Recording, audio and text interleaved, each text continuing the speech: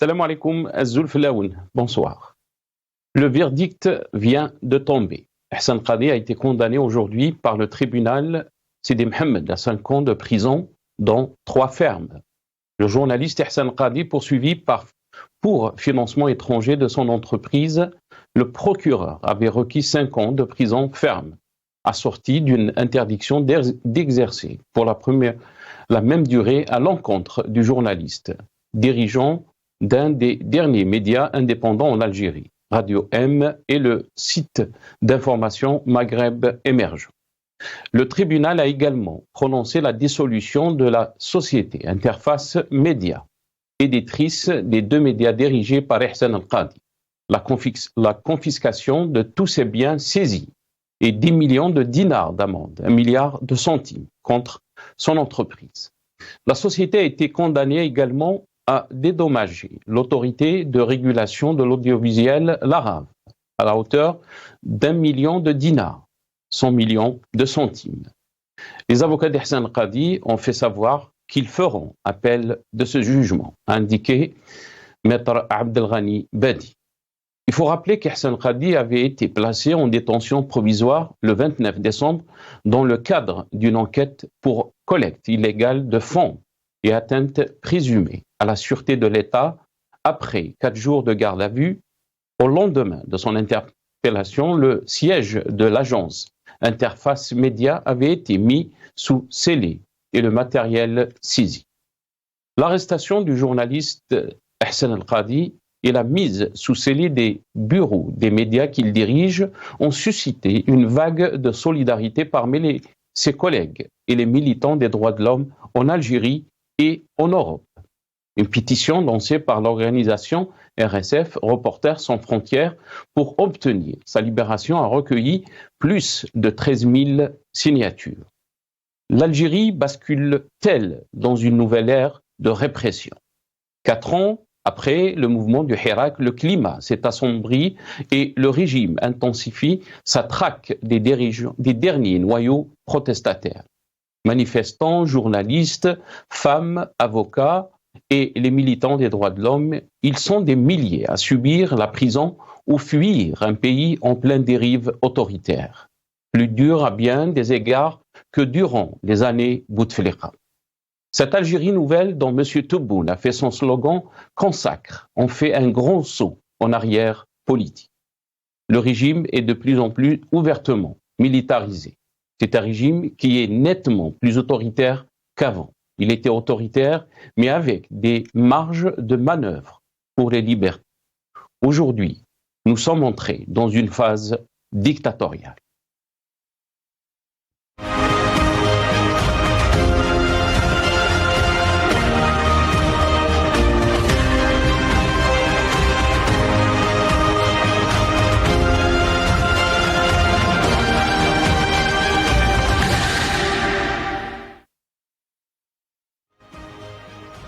Ihsan Al-Qadi condamné à 5 ans de prison dans 3 fermes. C'est le titre de notre émission pour ce soir.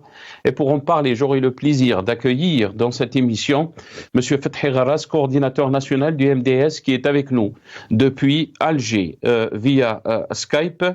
Fethi Gharas, bonsoir. Merci beaucoup d'avoir accepté l'invitation. Marhaba bik ou Sahar Ramadan. Bonsoir, Zoul Filaoun, salam alaikum, c'est khair alaikum, ou sahar ramadankoum, et merci pour l'invitation. Alaikum sahar. Barakallahu fik, wa alaikum salam, marhaba bik. On aura aussi le plaisir d'accueillir Maître Aïssa Rahmoun, vice-président de la FID, la Fédération internationale des droits humains. Il sera avec nous par Skype depuis la France.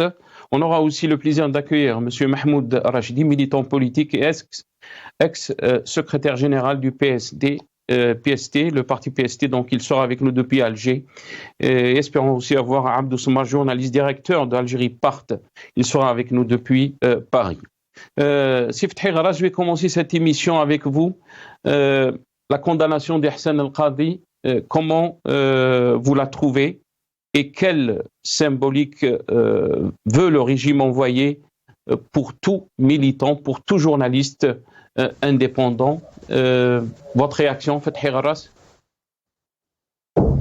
on s'indigne toujours devant ces agissements de ce pouvoir autoritaire.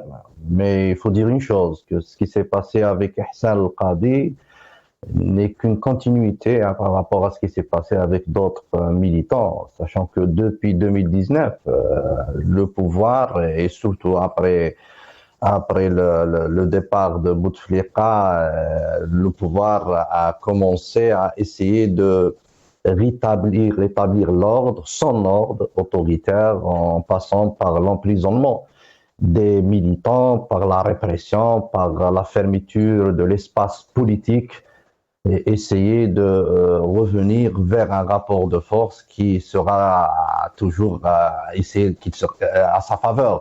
En réalité, le régime, il est fidèle à sa nature, il est fidèle à lui-même. C'est-à-dire il n'est pas en train de trahir ni ses objectifs, ni sa nature, ni sa tradition. Ça a été toujours comme ça. Peut-être oui, parce que maintenant, on a affaire à un pouvoir qui est en train de réagir par rapport à une situation nouvelle, une situation révolutionnaire. Le combat politique, il a été réhabilité par tout le peuple algérien, et c'est pour ça, c'est à la mesure de cette réhabilitation, et ben la répression, elle s'est élargie et est devenue une répression plus large et qui touche tout le monde, des journalistes, des élites comme Ihsan al-Qadi ou des citoyens simples qui sont là pour revendiquer un changement démocratique en Algérie. Et c'est pour ça que le pouvoir n'a pas de moyens, n'a pas d'autres outils que la répression pour répondre à cette revendication politique, à cette situation politique nouvelle. Les Algériens veulent en finir avec ce régime, et le régime, il ne peut pas répondre à cette revendication que par la répression. Et aujourd'hui, avec Ihsan al-Qadi, on assiste à un moment qui s'inscrit dans la continuité de cette répression. C'est-à-dire ce qui s'est passé avec Ihsan al-Qadi en réalité répond à la logique répressive de ce pouvoir, de ce régime. Abdelmadjid Tebboune, c'est la continuité de Gaïd Salah, c'est la continuité de Bouteflika, c'est la continuité de Chadli. Depuis 62, le pouvoir algérien, le système algérien agit et réagit de la même façon avec les revendications légitimes du peuple algérien. Il n'y aura pas de nouveau avec ce pouvoir, et il ne faut pas s'attendre qu'il y aura du nouveau. C'est ça. Très bien. Vous avez subi vous-même, Fethi Gharras, la prison aussi.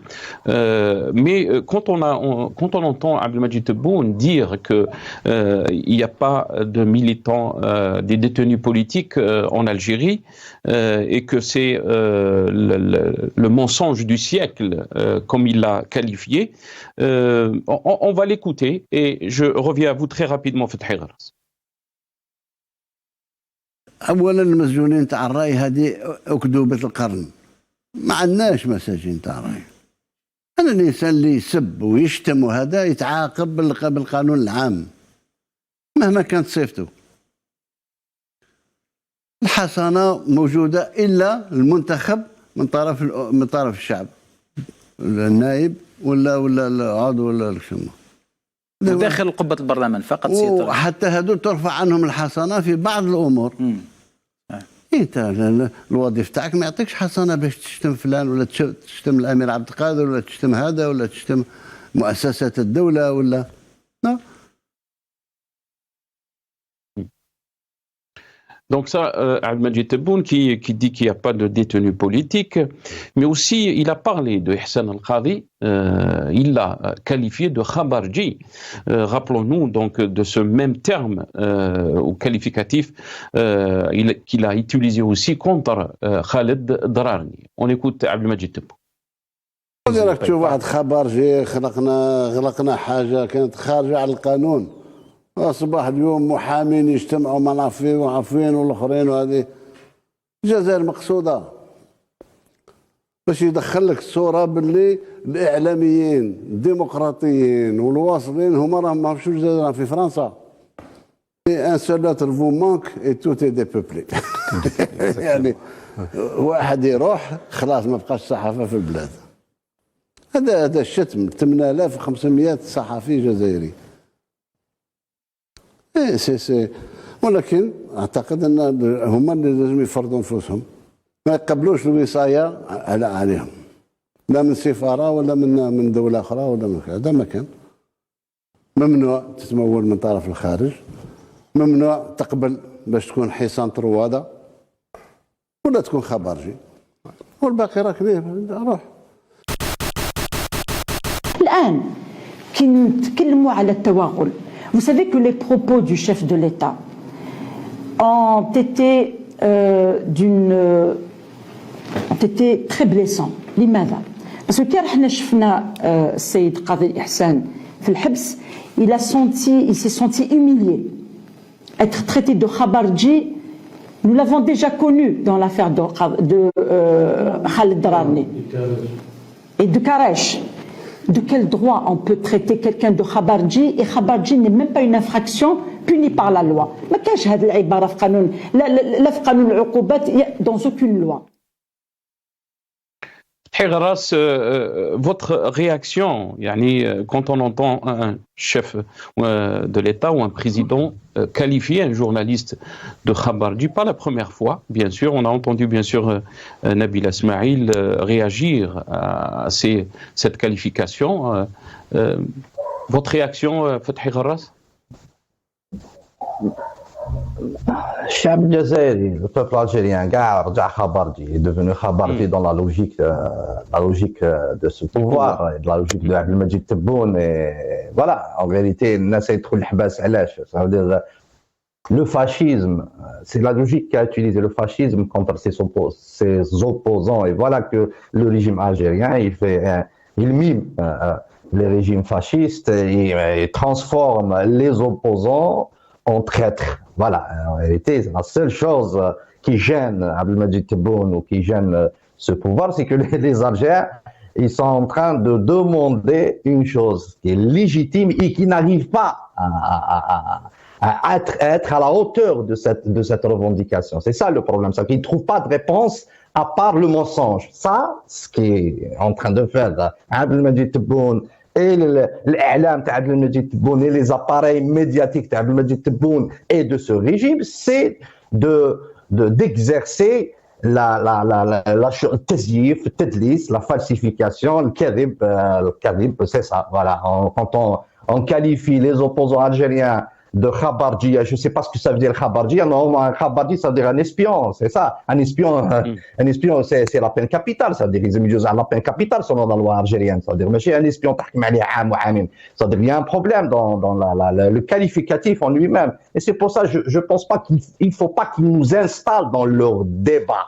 C'est-à-dire, il ne faut pas qu'ils nous installent dans leur logique. Il ne faut pas qu'on devienne des gens qui réagissent à leurs bêtises. En réalité, le peuple algérien a installé une chose nouvelle dans la tradition de lutte qui a commencé depuis le 62, la tradition de lutte politique contre ce régime. Ça s'appelle le consensus national autour de la question démocratique, autour du changement démocratique. Et ce consensus national, il ne peut se réaliser, se matérialiser dans des institutions, dans l'État algérien, dans la vie de tous les jours des citoyens algériens que par la rupture avec le despotisme, avec l'autoritarisme, avec un nizam lososi, un nizam qui construit sur la spoliation, sur des richesses, sur la hagara des Algériens, sur l'arbitraire. Voilà, ça c'est un consensus. Depuis 2019, il faut rester dans ce consensus, continuer le combat contre ce régime et ne pas réagir à tout ce qu'ils sont en train de faire, parce que ce qu'ils sont en train de faire, en réalité, confirme que ce régime n'a pas de réponse politique. Il ne peut pas répondre à cette revendication politique que par le mensonge et la répression et le niveau bas, les intervenants au nom de ce régime. Très bien, restez avec nous, Fethi Gharas. On a été rejoint donc par Maître Issa Rahmoul qui est avec nous via Skype, vice-président de la FID. Maître Issa Rahmoul, bonsoir. Merci beaucoup d'avoir accepté l'invitation. Merci, c'est Nasser pour l'invitation. Et en ce moment, on salue nos concitoyens qui suivent avec nous l'émission de Magharibia. Comment vous avez trouvé donc cette condamnation d'Ihsan El-Qadi, Maître Issa Rahmoul? Quelle est votre réaction? Je dirais que c'est une onde de choc, choqué et révolté à la fois par cette condamnation, cette parodie de justice faite à l'encontre contre Ihsan El-Qadi, mais aussi Média Interface, qui sanctionne non seulement Ihsan El-Qadi en tant que journaliste indépendant, en tant que journaliste qui à l'occasion de son travail a été arrêté, en garde à vue, puis présenté devant l'instruction et aujourd'hui condamné, mais aussi toute la famille journalistique et la famille de Ihsan El-Qadi, mais aussi ses collègues de Radio 1 et Maghreb émergent. Donc on est choqué et révolté à la fois parce que selon ses avocats et selon les informations qu'on a eues, il ne s'agit pas d'un dossier judiciaire, il ne s'agit pas de faits réels qui sont condamnables par la loi. Il y a une transgression de la procédure et de la loi par les autorités judiciaires. Ça nous renseigne du degré de dépendance de cette justice, de cet appareil judiciaire qui n'est pas en fin de compte un pouvoir, mais un appareil entre les mains d'un régime dictatorial qui assume aujourd'hui pleinement sa qualité, sa nature et son ADN de régime despotique, de régime dictatorial. Et pourquoi cet acharnement donc contre Ihsan El-Qadi, d'après vous, Maître Issa Rahmoun, mais aussi, comme beaucoup d'observateurs l'ont dit, c'est presque le dernier média indépendant qui reste en Algérie. Pourquoi cet acharnement, d'après vous?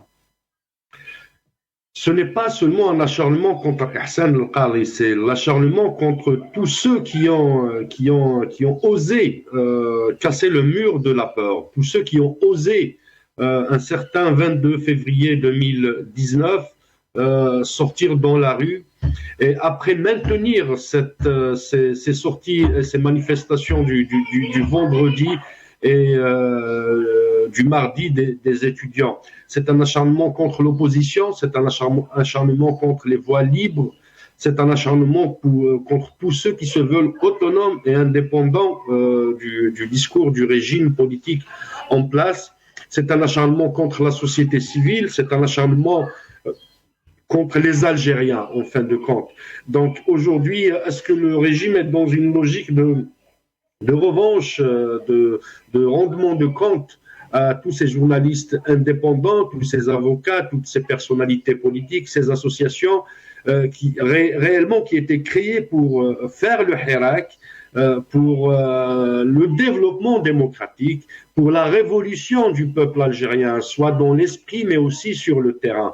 La réponse est claire, oui, effectivement, le régime cherche par tous les moyens à mettre toutes les voix discordantes, à mettre tous les Algériennes et les Algériens qui refusent d'abdiquer face à l'autoritarisme et à la dictature en place. On se venge à travers la justice, à travers l'appareil judiciaire, à travers les services de sécurité, à travers les sanctions administratives, à travers les dissolutions, le gel des partis politiques, des associations et des journaux indépendants.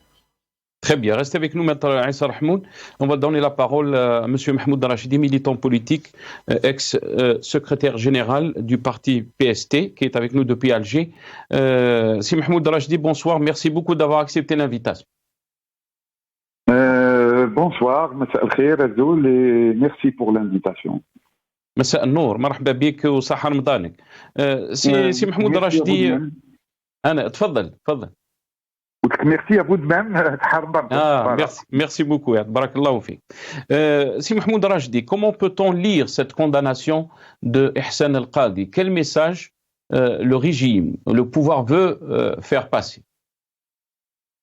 Juste avant de vous répondre, donc je rappelle que je participe avec vous et j'interviens en tant que militant politique du moment que le Parti Socialiste des Travailleurs, le PST, dont j'étais le secrétaire général, est suspendu. Ses locaux sont fermés, ses activités sont suspendues depuis une année maintenant, depuis qu'il y a eu l'arrêt du Conseil de l'État.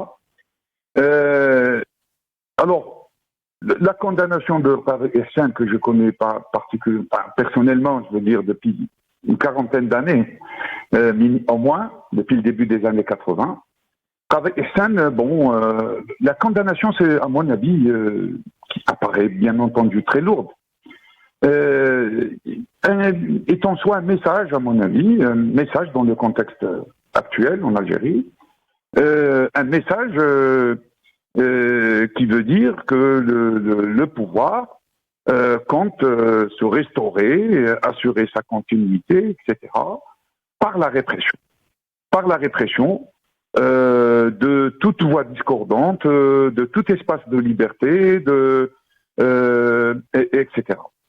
Et ce message, évidemment inacceptable, parce que la condamnation de Qadi Ihsan, la veille où il y a eu l'interdiction d'un café littéraire à Ouqas, du côté de Béjaïa. Et avant-hier, il y avait d'autres arrestations, et la semaine passée, les mois passés, ça dure depuis donc 4 années. Cet enchaînement de répression et d'autoritarisme. Et on parle au jour d'aujourd'hui de plus de 300 détenus politiques et détenus d'opinion en Algérie, hommes et femmes, etc. Il y a eu même des enfants, quoi. Si vous vous souvenez, il y a eu quelques mêmes enfants qui ont été mineurs, qui ont été détenus, qui ont été jugés, etc. Donc, c'est-à-dire dans cet arsenal que le pouvoir algérien impose à la société, correspond à une démarche de restauration du régime de notre point de vue. Et comme vous le savez, la répression s'inscrit depuis 2019 dans le sillage du Hirak. Et le Hirak, de notre point de vue, a été l'un des moments la mobilisation la plus importante, quasiment depuis l'indépendance du pays. Et que le Hirak oui. Oui, allez-y, finissez votre idée. Et que le Hirak, c'est-à-dire, a pris une dimension si importante que il a démarré sur le refus du 5e mandat de Bouteflika, mais il a évolué à partir d'avril, à partir justement du départ de Bouteflika, puisque ça a été l'une des victoires du Hirak, à remettre en cause l'ensemble du régime. Et c'est à ce moment-là où, c'est-à-dire, le régime s'est senti vraiment menacé de façon sérieuse par la rue, par la mobilisation de millions d'Algériennes et d'Algériens dans les rues, qui occupaient les rues pendant longtemps. Et d'ailleurs, c'est pourquoi ils ont qualifié qu'il y avait le Hirak, le bon Hirak du début, qui a juste permis de faire partir Bouteflika et sa clique, son cercle et ses amis, mais le Hirak qui remettait en cause tout le régime, etc., n'était pas le bon, etc. Et donc le premier, ils l'ont séquestré dans la Constitution, comme vous le savez, ils l'ont enfermé dans la Constitution, donc le Hirak est dans la rue. Et l'autre, à partir d'avril 2019, ce qui est resté comme Hirak, comme mobilisation, jusqu'à d'ailleurs l'élection du 12 décembre 2019 de M. Tebboune, où il y avait des millions d'Algériens dans la rue contre les élections, contre l'élection présidentielle, etc. Et donc la restauration, c'est un passage en force par la répression, par l'autoritarisme. Et aujourd'hui, nous assistons à la condamnation d'Ihsan Qadi, qui est journaliste, qui a des organes de presse, avec lequel on a même des divergences politiques sur ses choix économiques, etc. Mais Ihsan Qadi, il est issu d'une tradition militante ancienne. Il a été même détenu. C'est comme ça que je l'ai connu en 1981. Donc ça fait 40 ans, plus de 40 ans. Il a été détenu parmi les 22 de l'Harrach, plus de 6 mois.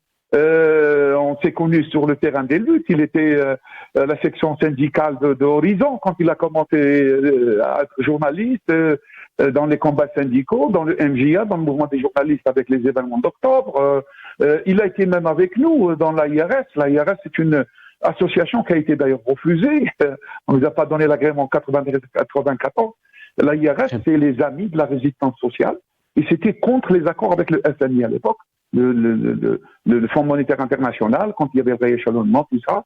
Donc, dans les années 90. Et on a mené donc ces luttes depuis très longtemps. Donc Ihsan al-Qadi, moi je le connais comme militant. Il est devenu patron de presse. Il a donc ses organes de presse. Moi j'ai appris dans la conférence de presse de ses avocats, quand on a refusé d'ailleurs sa mise en liberté provisoire, etc., que les financements dont il parle, puisque c'est ça, disons, ce qu'ils veulent lui reprocher particulièrement, j'ai appris que c'était sa fille qui a envoyé de l'argent à partir d'Angleterre, et sa fille qui était même actionnaire dans son entreprise. Et même s'il y a des, comment dirais-je, même s'il y a des infractions d'ordre commercial, il y a le code commercial, il y a le code civil, il y a des choses comme ça, il y a le code d'information, il y a des choses comme ça pour résoudre ces problèmes. Mais je terminerai en disant juste que le Qadi Ihsan, sa condamnation d'aujourd'hui, c'est aussi le cheminement d'une série d'harcèlements à laquelle il était l'objet. Donc il a été poursuivi par Belhimer, qui était ministre de la communication, pour diffamation. Il a été poursuivi pour terrorisme dans une autre affaire, etc. Donc c'est-à-dire il y a eu un harcèlement, et en réalité parce que son organe était, il y avait un temps libre, il y avait donc des débats contradictoires, il y avait la critique du régime, et d'ailleurs on a monté son dernière affaire Hadia au lendemain à peu près, son éditorial dans sa presse, où il estimait que le pouvoir actuel incarné par Tebboune n'avait pas de projet politique, etc. Nota bien sûr qu'il n'a pas de projet politique. Et on va revenir sur ça, Si Mahmoud, puisque vous le connaissez très bien. Pendant son procès, Ihsan al-Qadi avait mentionné au juge qu'il avait fait un rêve. Et ce rêve, bien sûr, a une symbolique, si on peut dire, c'est de juger Abdelmajid Tebboune. Monsieur Abdelmajid Tebboune, est-ce que vous pensez que c'est une affaire personnelle, cette condamnation, mais aussi vous avez mentionné aussi l'article qui est apparu sur Maghreb, dans Maghreb émergent. L'ANP redoute autre chose qu'une bouteflikarisation de la présidence de Tebboune. Ça, c'était l'article donc de Ihsan al-Qadi dans Maghreb émergent, mais aussi le tweet qu'il avait fait juste après donc ces déclarations que faites Abdelmajid Tebboune sur les 20 milliards, les fameuses 20 milliards qui ont été récupérés. Très rapidement, votre réaction par rapport à ça, Si Mahmoud? Non, j'ai signalé donc c'était par rapport donc à une opinion, donc à l'opinion de Ihsan al-Qadi qui a été exprimée sur l'intervention de M. Tebboune. Et où, disons, c'est-à-dire particulièrement, ce qu'on retenait que Ihsan al-Qadi donc disait dans son article que le pouvoir n'avait pas de projet politique pour le pays. Et là, on constate effectivement qu'il n'y a pas de projet politique, c'est-à-dire il y a la répression. D'ailleurs, et la répression, elle est en train de s'installer de façon aussi dans un contexte international, comme vous savez, de la guerre, etc., de recul des libertés, etc., dans d'autres pays. D'ailleurs, j'étais signataire récemment d'une pétition concernant la répression dans le Maghreb, c'est-à-dire en Tunisie, en Maroc, en Algérie, en Mauritanie, etc. Donc, c'est-à-dire, nous assistons à c'est pas une affaire personnelle, l'affaire al-Qadi, ça c'est évident à mon avis. C'est pas une affaire personnelle avec Tebboune ou avec quelqu'un d'autre. C'est une affaire politique. Par rapport à l'expression, à la liberté de la presse, par rapport à la liberté de temps de Radio M, etc., dans lequel d'ailleurs j'avais participé à deux ou trois émissions. Et ce que j'aimerais dire, c'est que le pouvoir, en effet, il n'offre plus de perspective politique dans le sens de faire en sorte parce que notre pays progresse, au contraire, sur le hirak, c'est-à-dire à exprimer de façon forte la revendication du rétablissement de la souveraineté populaire, des libertés, la dénonciation de la répression, etc. Et nous étions d'ailleurs, en tant que militants politiques, parmi ceux qui ont participé de façon active sur ces questions et sur ces revendications, sur Très bien. Faire promouvoir cette vision des choses. Restez avec nous, Mahmoud Rachidi. Je vais revenir à Fethi Gharas. Fethi Gharas, peut-être dans le même contexte par rapport donc à ce qu'a déclaré Ihsan al-Qadi par rapport à ce rêve, le rêve donc de faire juger Abdelmajid Tebboune.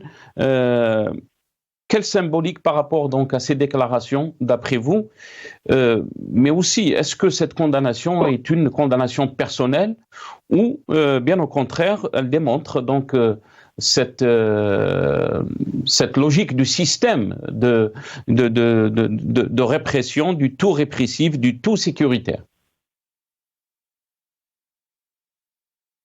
Dans des moments d'affrontement, on a parlé de Hissal Qadi dans les années 80, il était un détenu, détenu de politique, في وقت شادلي, Bourgaï, Allah yarhamou, في وقت Boumediene, et en même temps on a vu qu'est-ce qu'ils ont fait avec Bourgaï, qu'est-ce qu'ils sont en train de faire maintenant avec Hissal Qadi. Voilà, dans les moments d'affrontement, le pouvoir ou le régime ou le système politique qui s'est installé depuis 62 ans, malheureusement en Algérie, qu'on considère comme une sorte de contre-révolution par rapport aux aspirations révolutionnaires du peuple algérien durant la guerre de libération, il a adopté une méthode qui s'est toujours reproduite, cette méthode. C'est que dans les moments d'affrontement, la seule chose qui est disponible pour ce système, pour répondre aux revendications du peuple algérien, c'est la violence. Et actuellement, on est dans un moment de violence,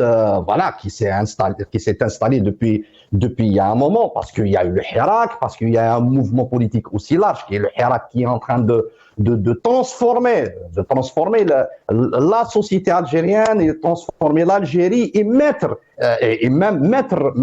le régime ou le pouvoir actuel dans une posture défensive, parce que ce qui se passe avec Qadi Yassine, ce qui s'est passé avec Qadi Yassine et avec tous les détenus politiques, la répression, cette parenthèse qui a été fermée, la parenthèse qui a été fermée la parenthèse qui a été fermée 89, il y a eu une concession, ou là plutôt une concession tactique qui a créé un espace, je dirais, de liberté politique, mais qui était encadré par le régime actuellement avec le Hirak et avec cette explosion démocratique populaire, l'infijar démocratique et le régime actuellement il est en train de fermer cette parenthèse tactique et revenir vers sa nature réelle et faire marche arrière. Ça veut dire on peut le qualifier le régime actuellement le pouvoir de réactionnaire. Ça veut dire il est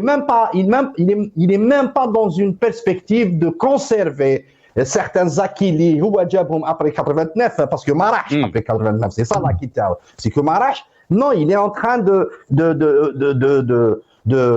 basculer vers et comment l'expliquer ça, Fethi Gharras? Comment l'expliquer? Est-ce que le régime a peur du retour du Hirak? Parce que vous avez parlé des acquis de 89, de 88, après donc la constitution de 89, il y avait une certaine ouverture. On n'est jamais arrivé à ce point de régression des libertés. Fethi Gharras, on parle des dissolutions des organisations qui ont existé pendant les années 90. On parle d'un journaliste qui a exercé son travail de plus de 40 ans. Même dans les années 90, il n'a pas été emprisonnés, des journalistes qui ont été emprisonnés, des femmes, des avocats.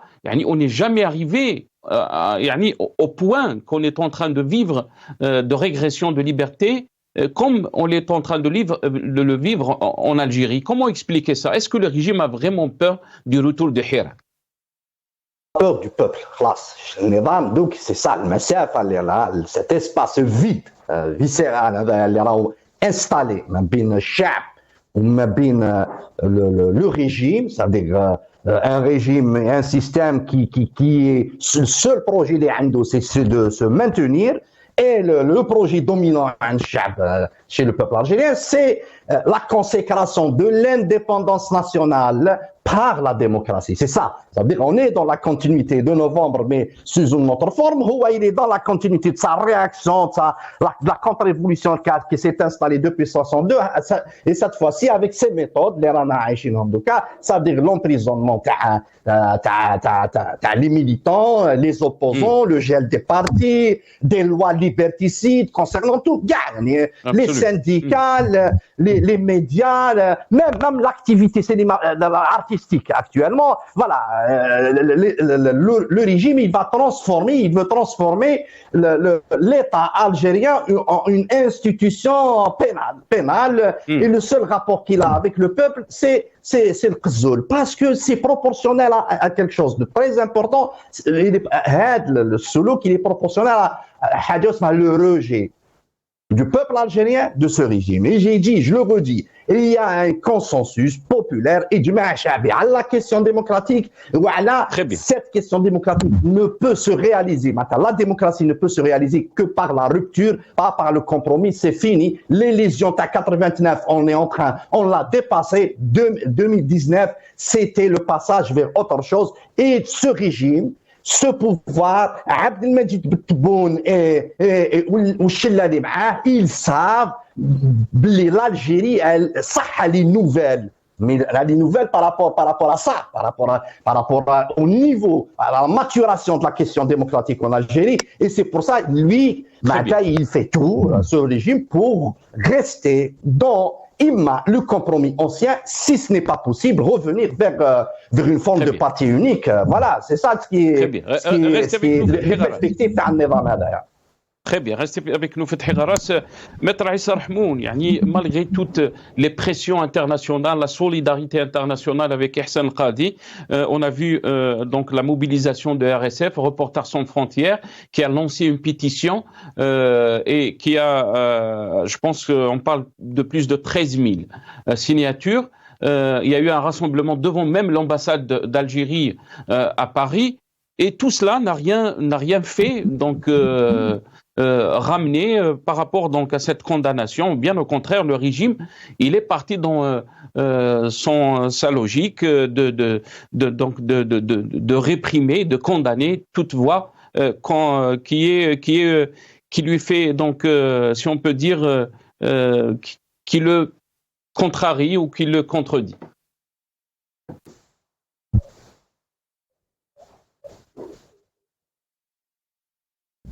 Beaucoup d'ONG. Allô, oui. Oui, très très bien. On a eu une petite coupure. Oui. Maître. Donc je disais que ce n'est pas seulement RSF, Reporters sans frontières, qui ont fait un travail extraordinaire, plus de 13 000 signatures adressées à l'ambassade d'Algérie en France pour interpeller et demander la libération immédiate de Qadi Ihsan et tous les détenus d'opinion et politique.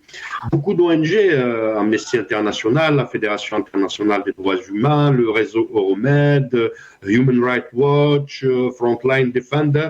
Donc il y a beaucoup d'ONG internationales, c'est très important à ce niveau parce que c'est des témoins de l'opinion internationale.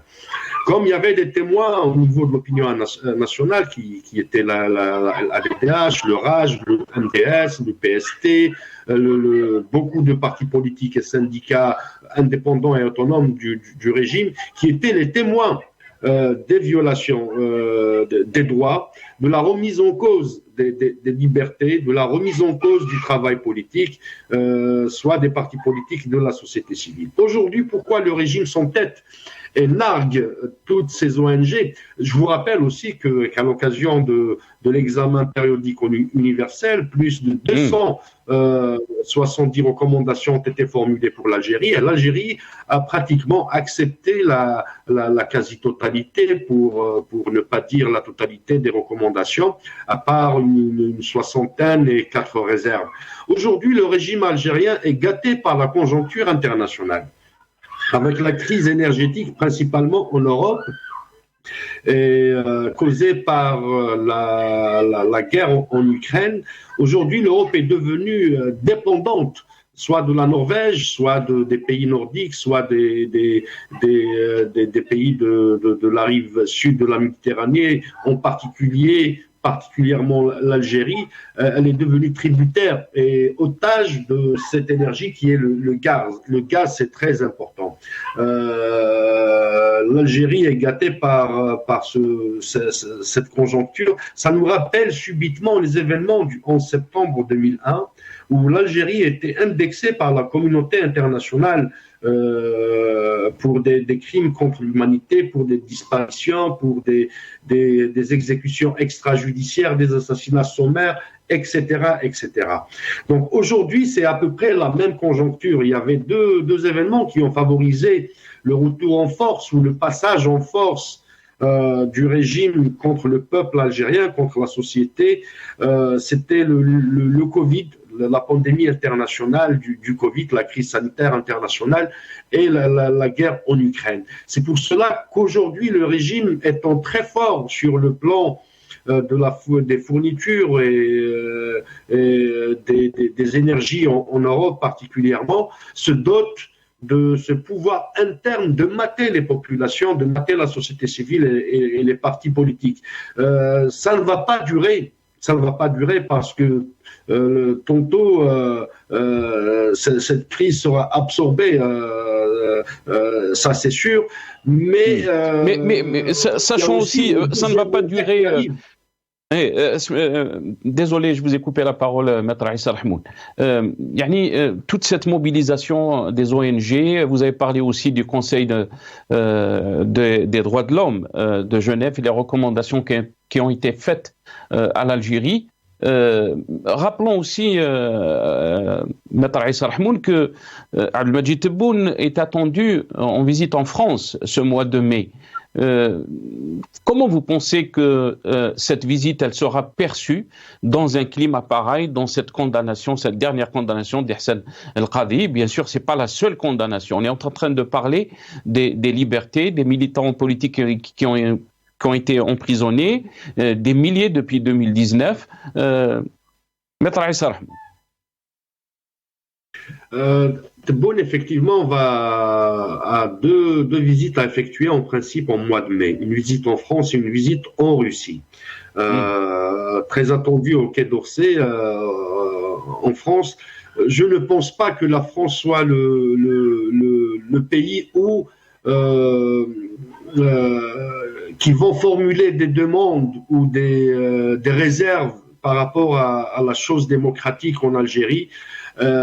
Mais aussi l'Europe est un pays qui est très important dans l'espace de l'Union européenne, et dans cet espace, l'Union européenne et l'Algérie, il y a des accords, ce qu'on appelle la PEV, la politique européenne de voisinage, qui dans son article 2 consacre le respect de la démocratie, des droits de la personne humaine, pour que les relations soient claires, nettes et précises entre l'Algérie et l'Union européenne. Je ne pense pas que la France soit le pays qui va faire. Il faut pour l'histoire aussi rappeler qu'à un certain moment, et vous allez voir sans doute la différence dans la manière dont la France utilise ses leviers par rapport à la question des droits humains.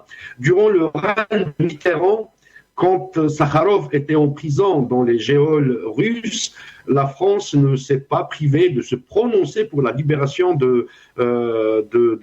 d'Andrei Sakharov.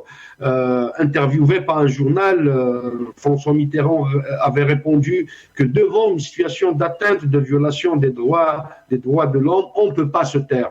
Est-ce que ce langage, le régime français, la présidence, entre autres, le président Macron, va avoir cette position par rapport au et pourtant, le président Macron avait qualifié le régime de système politico-militaire qu'aucun président auparavant avait formulé donc ces phrases.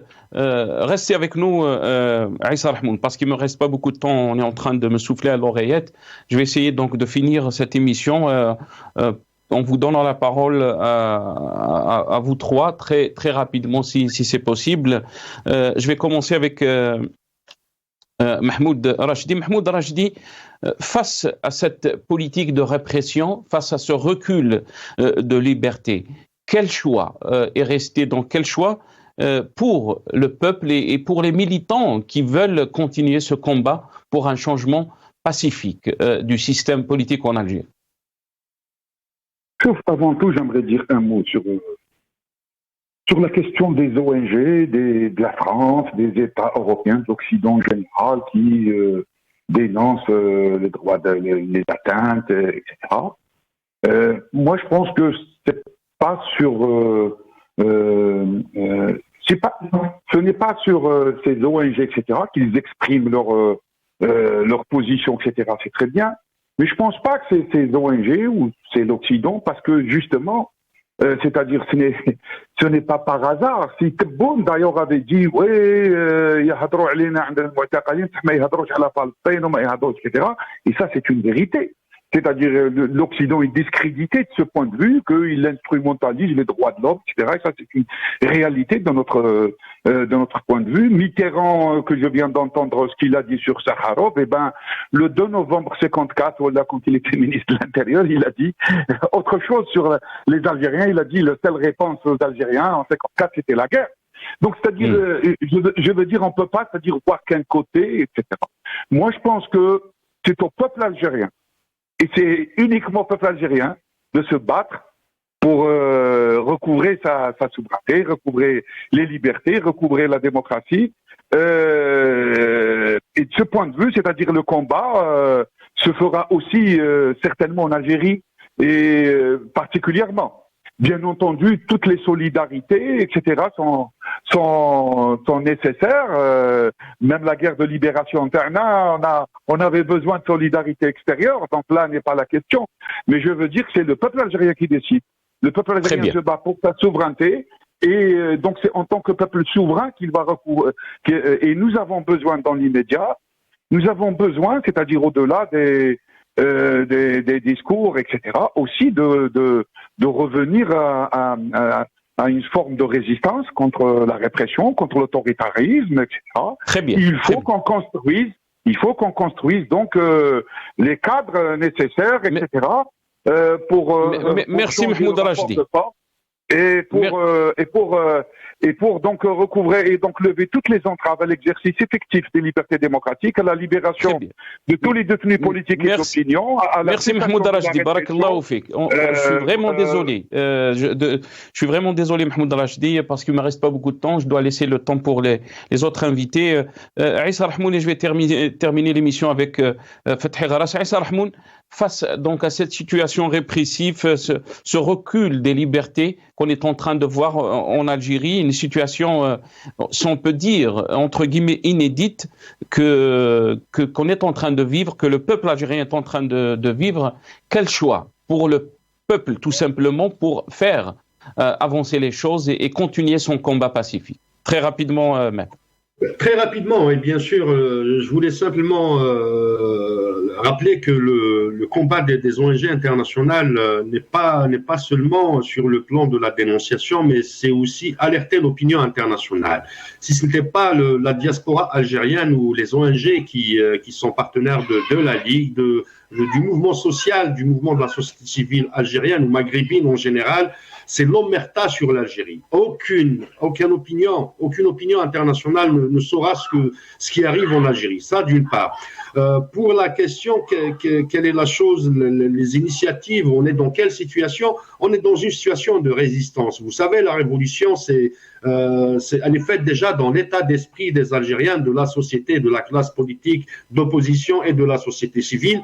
On est dans une station de la révolution, parce que je considère que les révolutions des peuples, c'est des révolutions permanentes. Et chaque révolution a là sa station. On est au stade de la résistance, de la réflexion, probablement, de préparer des choses meilleures à venir. Et puis, très bien, merci beaucoup, Maître Issa Rahmoun. Le mot de la fin, Fethi Gharas. الشعب الجزائري, le peuple algérien تفاهم pour la première fois à une chose qui s'appelle la consécration de l'indépendance nationale, l'istiqlal. Le mot istiqlal, il était toujours, toujours la consécration de l'indépendance nationale ou la confirmation de l'indépendance nationale par le passage vers un régime démocratique qui respecte les droits des Algériens, depuis 54, même قبل 54. عندنا un obstacle. Le seul obstacle et le dernier obstacle, c'est ce régime est incarné par ce pouvoir. Il faut rester dans l'esprit du Harak, ne pas chercher des compromis qui peuvent nous être en réalité des pièges qui vont travailler dans le sens de la continuité de la reproduction de ce régime et de l'autoritarisme. Il faut rester dans l'esprit du Hirak, alimenter tout les luttes au niveau social, au niveau culturel, au niveau par l'esprit du Hirak, ça veut dire faire la liaison avec tous ces maillons, avec tous ces éléments, faire la liaison avec la question mère. C'est la question démocratique en Algérie, et la question démocratique en Algérie elle est liée à la question de l'indépendance nationale, parce qu'avec ce régime, on va continuer à être un État soumis la volonté des grands. Ce qui fait que les Algériens, c'est la Désolé, on est arrivé à la fin de cette émission. Fethi Gharas, coordinateur national du MDS, qui était avec nous depuis Alger. Merci à Maître Issa Rahmoun, vice-président de la FID. Il était avec nous depuis Paris. Et merci aussi à Mahmoud Rachdi, militant politique, ex-secrétaire général du PSD, qui a été un parti suspendu. Il était avec nous depuis Alger. Merci à vous, chers téléspectateurs, d'avoir suivi cette émission. يعطيكم الصحة وصحة فطوركم وبقوا على خير.